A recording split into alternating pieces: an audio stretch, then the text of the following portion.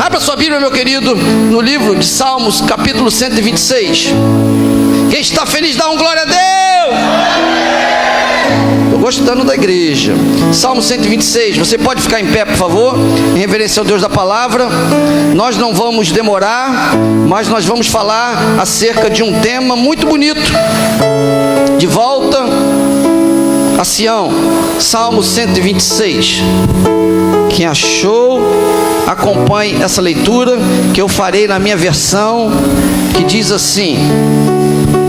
Você não achou? Espero mais um pouquinho. Salmo 126. Diz assim: quando o Senhor trouxe os cativos de volta a Sião, foi como um grande sonho. Então a nossa boca se encheu de riso, e a nossa língua de canto de alegria. Até as outras nações diziam: o Senhor fez grandes coisas por nós, e por isso estamos alegres. Restaura-nos, Senhor, assim como as enchentes, o leito dos ribeiros no deserto. Aqueles que semeiam com alegria, aqueles que semeiam com lágrimas, com cânticos de alegria colherão. Aquele que sai chorando enquanto lança semente, voltará com cantos de alegria, trazendo os seus filhos. Amém? Assim, ainda de pé, nós vamos cantar uma música que fala sobre a casa do Senhor. Essa música é da comunidade de Nilópolis, da minha área, lá perto de Nova Iguaçu. Ela fala sobre a vitória. Nós vamos falar hoje sobre a vitória, sobre o retorno para a casa do Pai, sobre a vitória que o Senhor tem nos dado. Você que está aqui, meu querido, eu não tenho dúvida que Deus tem grandes obras a realizar na sua vida, e você precisa ver com os olhos da fé a vitória que o Senhor tem para a sua vida. Vamos cantar essa música? Veja que a vitória.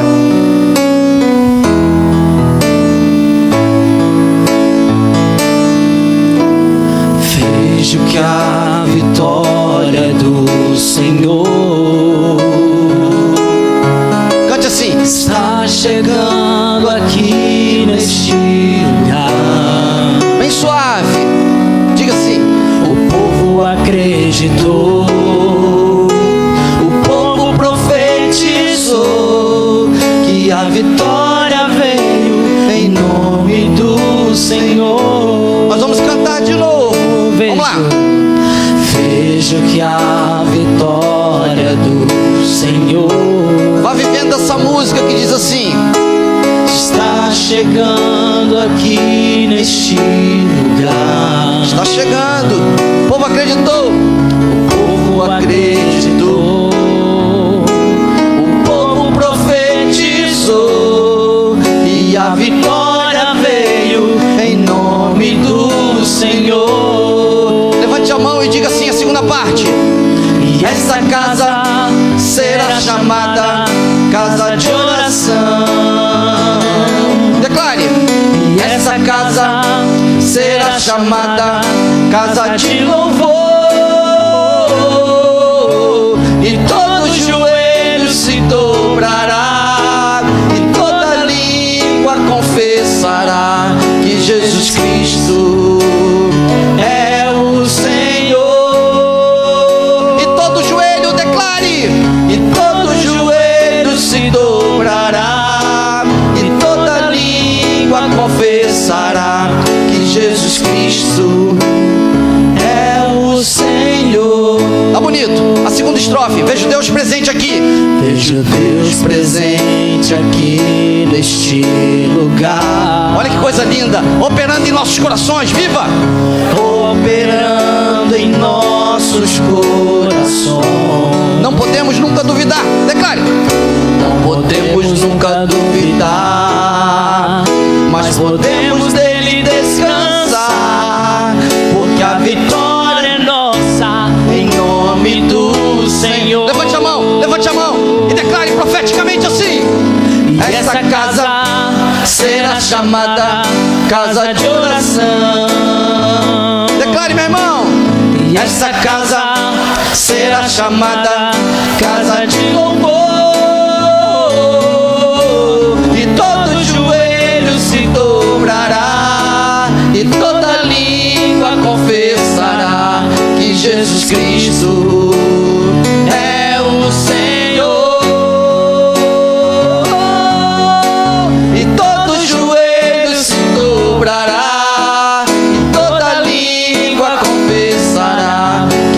Jesus Cristo é o Senhor. Que Jesus Cristo, diga, Que Jesus Cristo é o Senhor. para finalizar, que Jesus Cristo, Que Jesus Cristo é o Senhor. aplauda o Senhor. Glória a Deus. Obrigado, equipe de louvor. Vamos assentar. Amados, nós vamos falar sobre a volta para a casa do Pai. Eu não sei se você já ficou distanciado da sua casa em algum momento. Eu, na vida militar, fiquei 7 anos longe da minha casa, longe da casa dos meus pais. E naquela época, 34 anos atrás, eu não tinha dinheiro para todo final de semana estar em casa. Era de 40, 60 dias, 2 meses.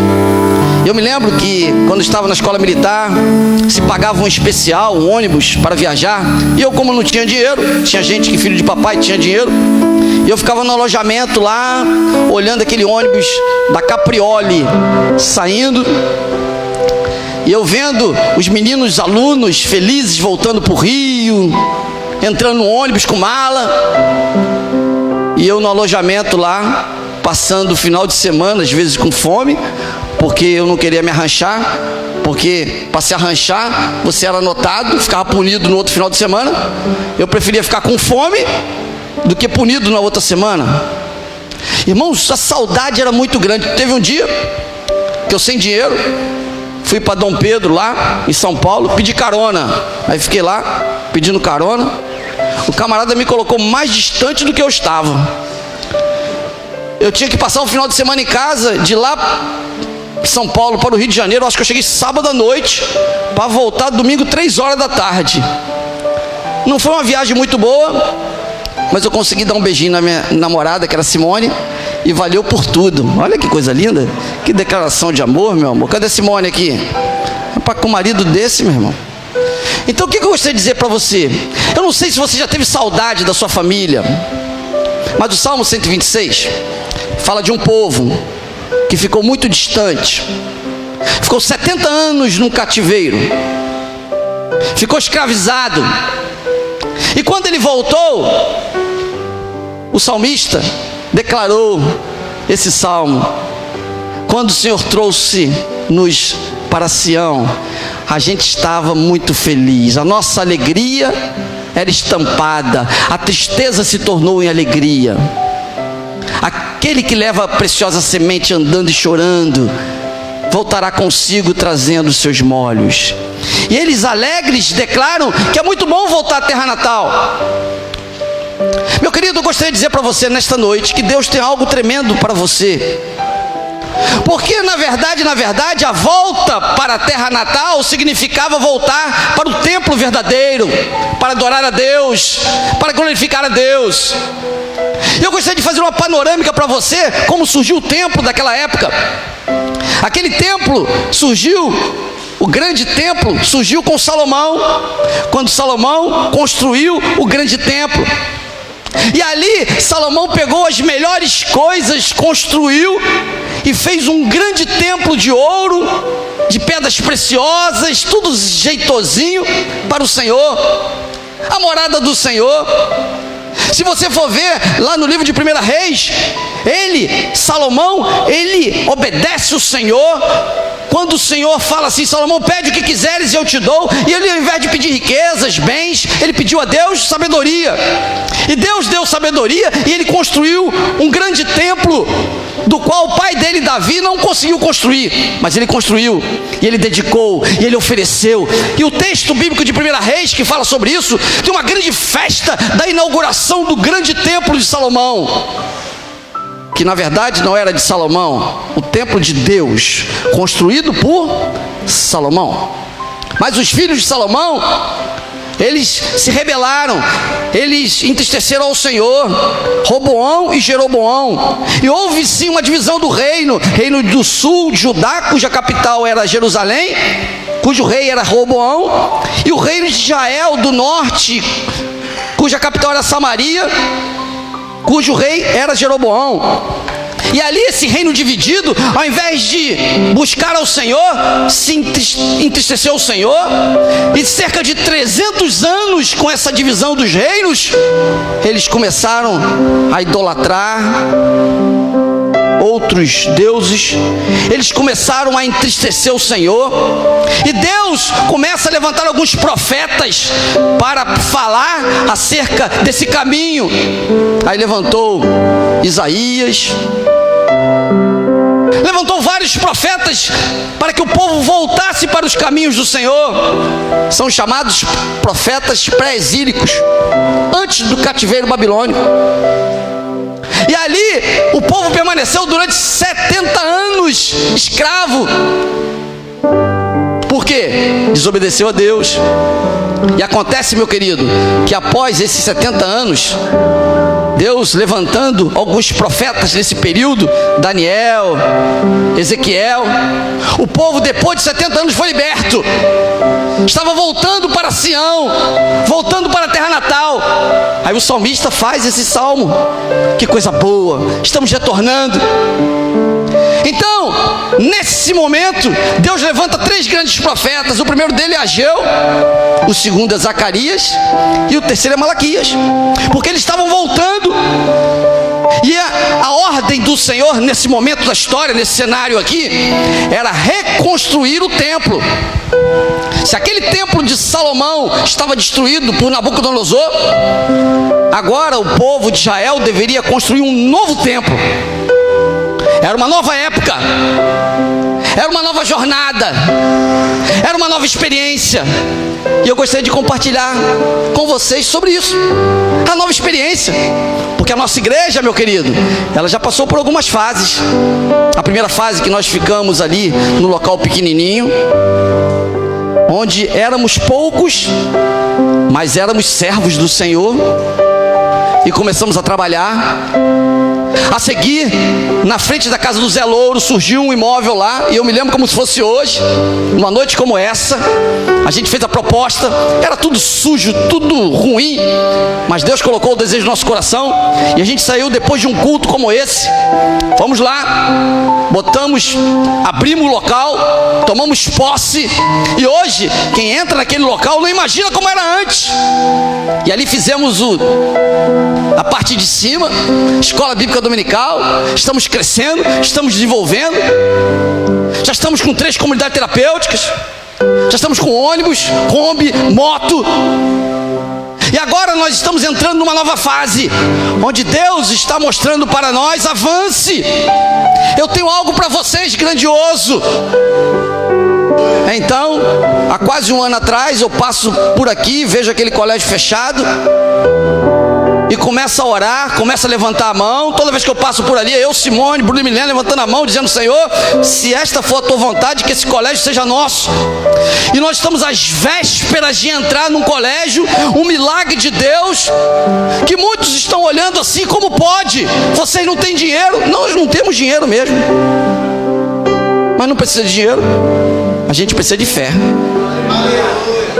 É uma nova fase, é uma nova época, é um novo momento, é uma nova situação, em que Deus falou algo para mim, e certamente vai falar para os irmãos, porque quando Deus mostra uma mensagem, Ele mostra primeiro para o pregador.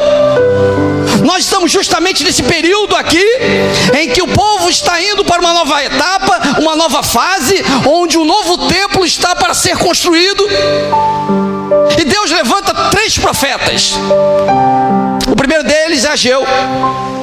E eu gostaria de forma muito objetiva e clara, sintetizar ou abreviar as 3 mensagens dos profetas: Ageu, Zacarias e Malaquias. Eu consinto você a ler os livros em casa, porque esse ano, 2019, é o ano do ensino, e você precisa entender, você precisa compreender. O primeiro profeta é Ageu. O povo está voltando, o povo retorna, o povo volta para Jerusalém, as muralhas estão destruídas, o templo está destroçado, e Deus dá a seguinte ordem para o povo: olha, a missão de vocês, em primeiro lugar, é construir a minha casa, é construir o meu templo. Aí Ageu se levanta para o povo e fala assim: olha, é hora de construir o templo do Senhor. Mas, meu querido, gostaria de dizer para você que essa mensagem não foi muito bem aceita pelo povo de Deus. Se você for ler o texto bíblico, você vai ver que o povo estava mais preocupado em construir a casa, porque eles estavam escravos. E agora, quando eles retornaram, a preocupação maior do povo era construir a casa, era fazer o banheiro, era fazer a sala, era construir a área. Se fosse na época de hoje, era comprar televisão. Se fosse na época de hoje, era trocar o fogão. O povo estava mais preocupado com as coisas caseiras, domésticas, do que com as coisas de Deus. Aí Ageu é levantado por Deus para dizer: vocês estão esquecendo a minha casa, estão preocupados com a casa de vocês. A palavra de Ageu é essa, é contundente. Aí o povo começa a dar desculpa, mas não pode. Como que a gente vai construir? O templo antigo era um templo bonito de ouro, e agora nós não temos dinheiro. O dinheiro que a gente tem é para construir as nossas casas. Aí Deus fala assim: não, eu não quero o dinheiro de vocês. Essa casa que vocês têm que construir não vai ser a mesma casa que Salomão construiu. Ela vai ser uma casa simples, mas essa casa será maior do que a primeira. Ageu 2:9 diz assim, veja na sua Bíblia, por favor: esta casa, segunda casa, será maior do que a primeira. Meu querido, a primeira grande lição que eu gostaria de transmitir nesta noite, nesta fase em que nós estamos vivendo: qual tem sido a sua maior preocupação? Qual tem sido o seu maior objetivo? As conquistas pessoais, ou alcançar os seus objetivos? Mas o Senhor nesta noite quer dizer: os seus objetivos, diz o Senhor, não consiste a minha prioridade. A minha prioridade é outra. Meu querido, Deus não quer o seu dinheiro, Deus não quer os seus bens, Deus não quer as suas coisas, mas Deus quer que você comece, diante de uma profecia de Ageu, a deixar de lado as coisas domésticas e priorizar as coisas do Senhor.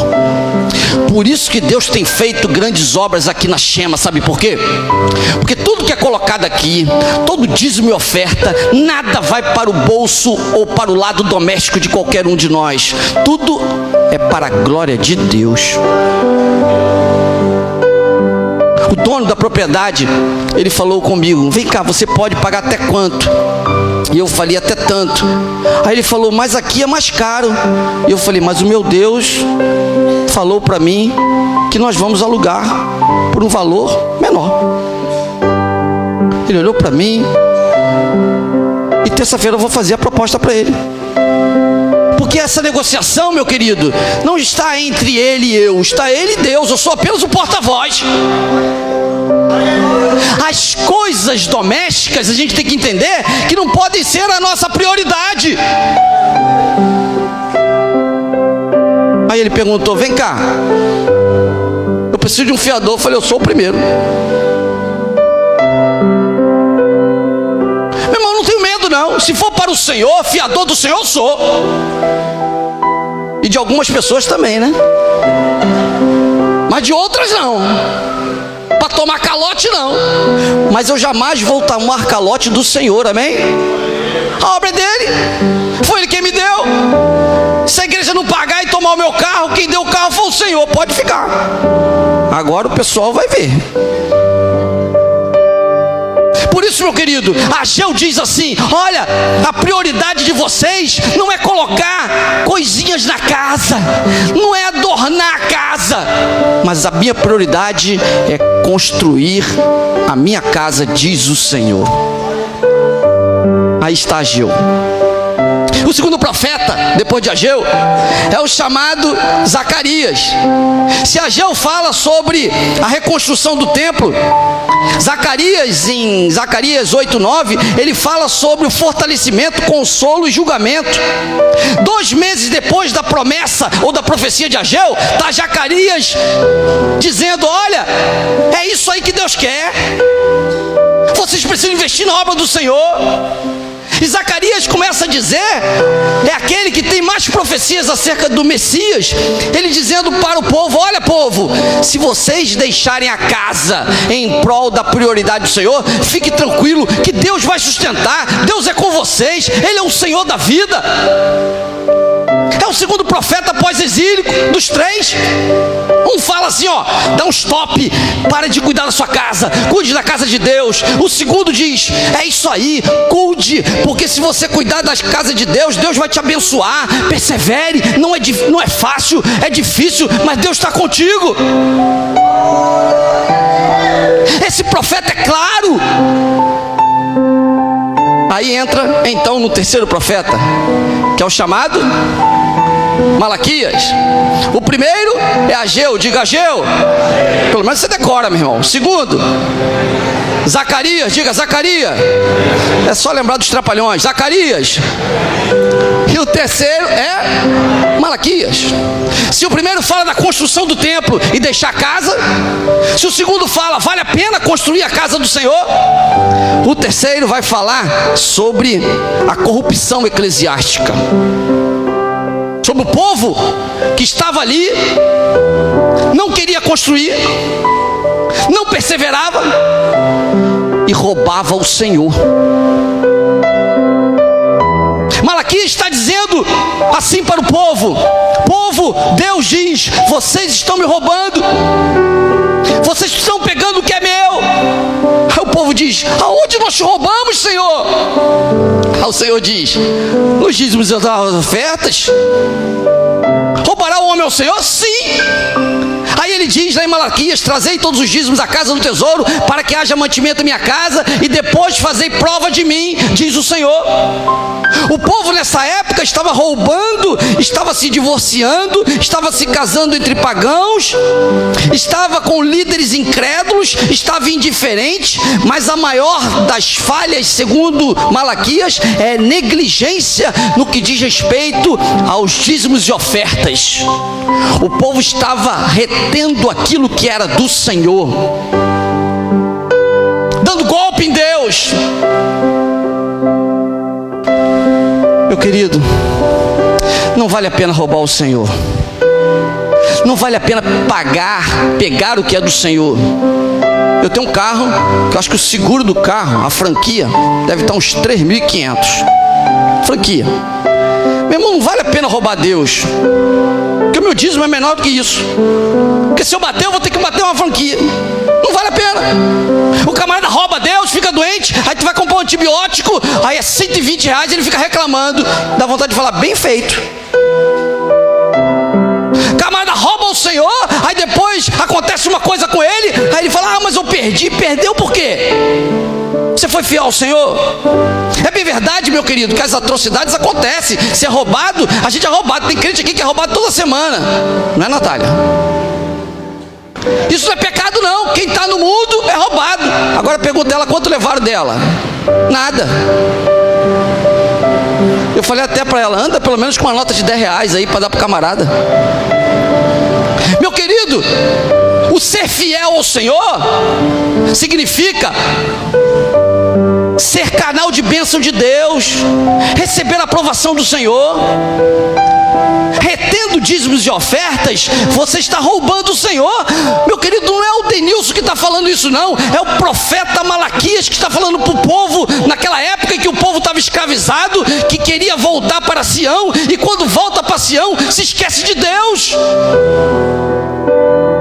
E a última palavra do Senhor, depois de 400 anos de silêncio, é: o meu povo está me roubando. Aí Deus se calou e só voltou com João Batista 400 anos depois, dizendo: voz do que clama no deserto, arrependei-vos e convertei-vos dos vossos pecados.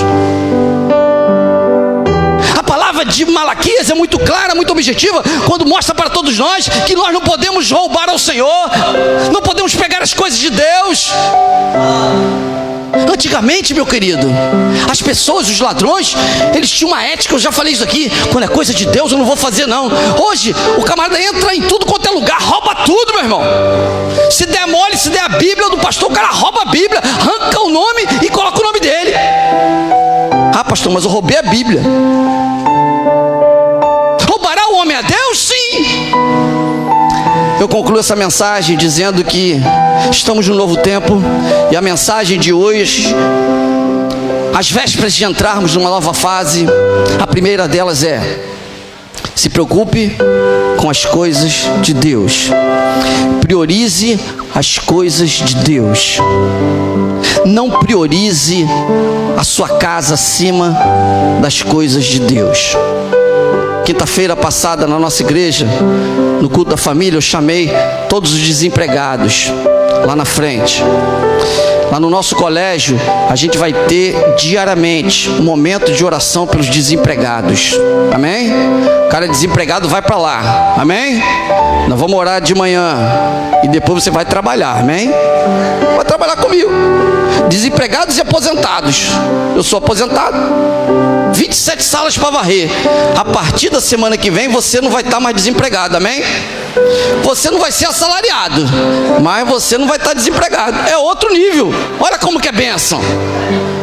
Diga para o seu irmão: meu irmão, crente na Shema não fica desempregado.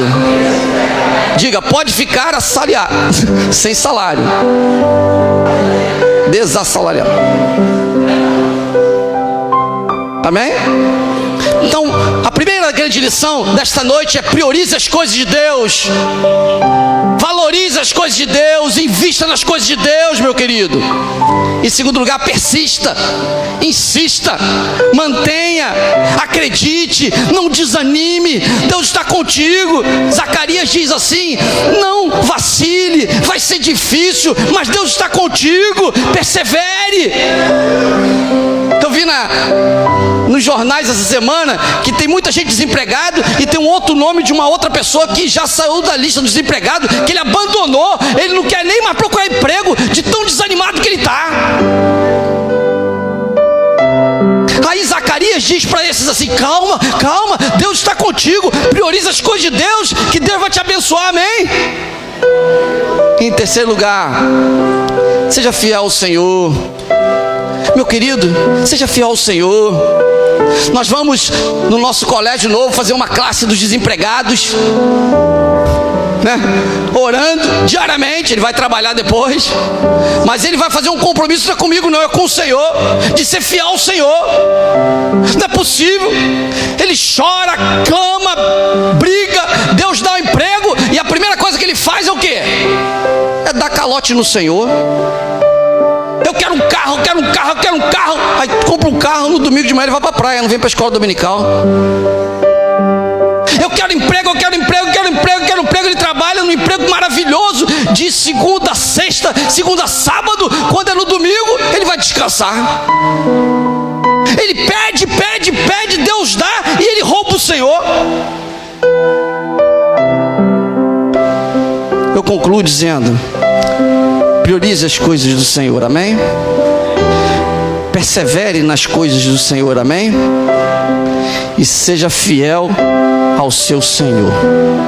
Fazendo isso, você vai poder dizer: é muito bom estar em Sião, é muito bom glorificar a Deus, é muito bom saber que Deus é o Deus que me sustenta. Que Deus te abençoe. Faça isso e a sua vida vai mudar, e vai mudar para melhor. Que Deus te abençoe. Amém?